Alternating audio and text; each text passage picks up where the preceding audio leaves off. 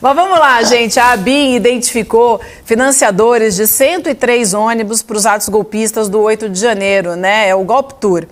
Pelo menos 83 pessoas e 13 empresas estão envolvidas nesse financiamento desses 103 ônibus que foram usados naquelas caravanas que foram até as caravanas com os golpistas até o 8 de janeiro, né? E todos eles foram identificados nos relatórios da ABIN para a CPMI dos atos golpistas, né, Elo? O que você conta para a gente, então?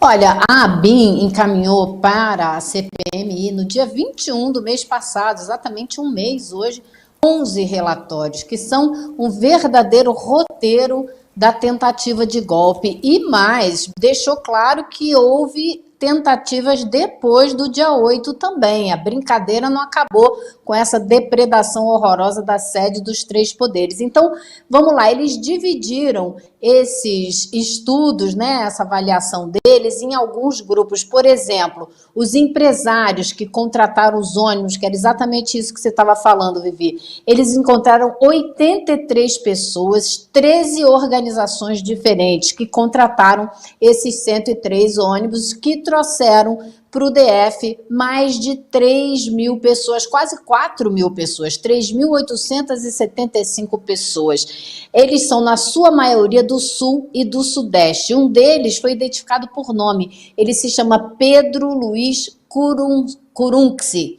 Ele é de Londrina. Ele trouxe, por conta própria, 153 pessoas. Outro identificado é de Foz do Iguaçu, Marcelo Panho. Bom, a ABIN também mostrou nesses relatórios que existe um grupo ligado ao garimpo, que foi muito forte também na organização da tentativa de golpe. Não é de se estranhar, a gente lembra, né, que o pessoal do garimpo era justamente um pessoal muito próximo de Bolsonaro, inclusive alguns desses identificados participaram de reuniões em Brasília para fazer lobby para aquele projeto de lei que queria liberar as áreas de terras indígenas para a mineração, inclusive reuniões com o presidente Jair Bolsonaro. Ele participou de algumas delas com alguns empresários desse grupo que financiou a tentativa de golpe dele aqui no ICL, que é o Laureano, Henrique Laureano. Então a ABIN mostrou que eles eram muito ativos e tinham, claro, interesses financeiros fortes, né? Outro grupo que foi mapeado é o das empresas de transporte que apoiaram essa tentativa do 8 de janeiro. Eles acharam aqui 272 caminhões. E o que é interessante é que a grande maioria desses caminhões era muito nova. São caminhões assim muito novos. E eles sabem que motoristas de caminhão autônomos têm caminhões que têm aí uma média de uso de 18 anos, ou seja, os que estavam aqui, na sua grande maioria, não eram autônomos, eram caminhões de empresas ou de pessoas ligadas a empresas. Agora, uma coisa que eu achei muito interessante também foi que, depois do dia 8, a ABIN identificou outras tentativas, ameaças de sabotagem. Por exemplo, foi encontrada uma mochila com material explosivo na Bahia. Foi encontrada tentativa de destruir torres de alta tensão em 2 ou 3 lugares diferentes do Brasil. Existia um grupo muito forte, organizado, que ameaçava a posse do presidente Lula e por aí vai. Então, existem várias ameaças que eles continuaram monitorando depois do dia 8 de janeiro.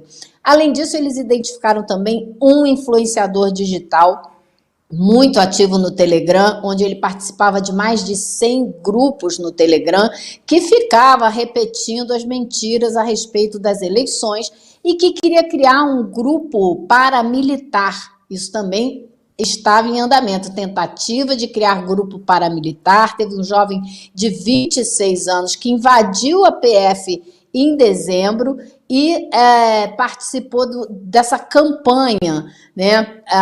Então, a ABIN fez um trabalho muito grande e mapeou vários indivíduos que estão na mira de qualquer investigação séria a respeito do que foi o 8 de janeiro, do que foi o que aconteceu antes e depois do dia 8 também. Me parece que fica muito claro que o trabalho de investigação está avançado e que essas informações estão chegando agora à CPMI, o que é importante, porque assim a gente pode ir dando uma ideia do que aconteceu para a população. Isso é o papel da CPMI, né? Dizer à sociedade brasileira o que foi esse 8 de janeiro, de onde ele veio, para onde ele foi, desdobramentos, né? Porque não ficou só ali. Então, é muita informação já que a BIM entregou para a CPMI. Ô Elô, olha só, foi interessante você falar dos caminhões, porque eu me lembro, e a gente mostrou aqui imagens da fila de caminhões, porque eles começaram a se deslocar ainda em novembro para lá, esses 272 caminhões, e eram novíssimos, e a gente tem essas imagens daquela fila de caminhão estacionado ali na lateral da estrada, e eram realmente caminhões que a gente via que não tinham sequer um arranhão, então é importantíssimo isso que você trouxe. E vale a gente registrar aqui também que metade desses 272 caminhões estavam registrados em nomes de empresas que atuam no setor do agronegócio, nos estados de Goiás, Mato Grosso, Bahia e Paraná. Outro detalhe que o relatório mostra também e que deixa muito claro é que todas essas pessoas, desses ônibus todos, que foram em direção à sede dos Três Poderes no dia 8 de janeiro, elas estavam realmente, elas faziam parte de um plano e aí elas chamavam esse dia como a tomada pelo povo. A intenção era, de fato, invadir os Três Poderes. Ninguém estava ali por acaso. Esse relatório deixa isso muito bem claro. Por isso que é tão importante chegar a esses nomes. Foi um ato premeditado. Tudo foi feito, pensado e orquestrado e por uma célula gigantesca e em vários estados brasileiros e envolvendo também vários setores da sociedade, né, Elô? Você lembra da história daquela... Você lembra do vídeo daquela chamada Priscila Patriota, né, que apareceu, tá presa? Ela falava com todas as letras, vamos tomar o poder, né? Nós estamos aqui, vai dar certo, vamos tomar o poder, no meio da invasão da sede dos Três Poderes. Depois deu um depoimento arrependido. Lembra? Essa Priscila, que era bambambam, era a Mulher Maravilha da história. Agora, não é difícil você localizar, a grosso modo, de onde vem o financiamento, o apoio, o incentivo a esse golpe. Vem do ogronegócio, atenção, não é a ogronegócio, que são esses trogloditas que destroem florestas ilegalmente. São esses caras ao setor do agro que, por interesse até econômico, quer se colocar dentro da lei. Mas tem o ogronegócio. Esse ogronegócio está ligado também aos caminhões. Não vamos nos esquecer que lá no começo, né, Bolsonaro sempre teve metido com caminhoneiro, com greve de caminhoneiro, com empresa de transporte. E garimpo, gente. Garimpo. Você junta garimpo. Aí madeireiro, né? A turma do ministro lá do meio ambiente. Salles. Ricardo Salles. Salles, né? Aí você junta ali, povo que destrói a Amazônia, seja destruindo florestas, seja no garimpo, né? Gente armada, né? E normalmente um pessoal que tem algum dinheiro, às vezes tem até muito dinheiro, principalmente no agronegócio, mas um pessoal muito despreparado intelectualmente, né? Um pessoal muito limitado, pessoal muito doutrinado na burrice. E aí o resultado só pode ser esse mesmo, né? Claro, por trás disso também, uma série de oficiais militares que meteram o Exército, mais uma vez, numa lambança. O Exército podia estar fora disso, né? Mas eles estavam apostando, eles apostavam que o Exército viria, depois dessa arruaça toda, para tomar com GLO, com sei lá o quê, que iam tomar tudo e implantar ordem. Só que o Exército recebeu informações de fora, principalmente dos irmãos do Norte, há vários indícios disso, né? Lá dos Estados Unidos da América. Ó, se vocês se aventurarem, vocês não vão ter apoio, não. Quer dizer, tomariam o poder, os Braga Netos da vida, os helenos, e no dia seguinte não governariam. Como é que é? Governar com quem?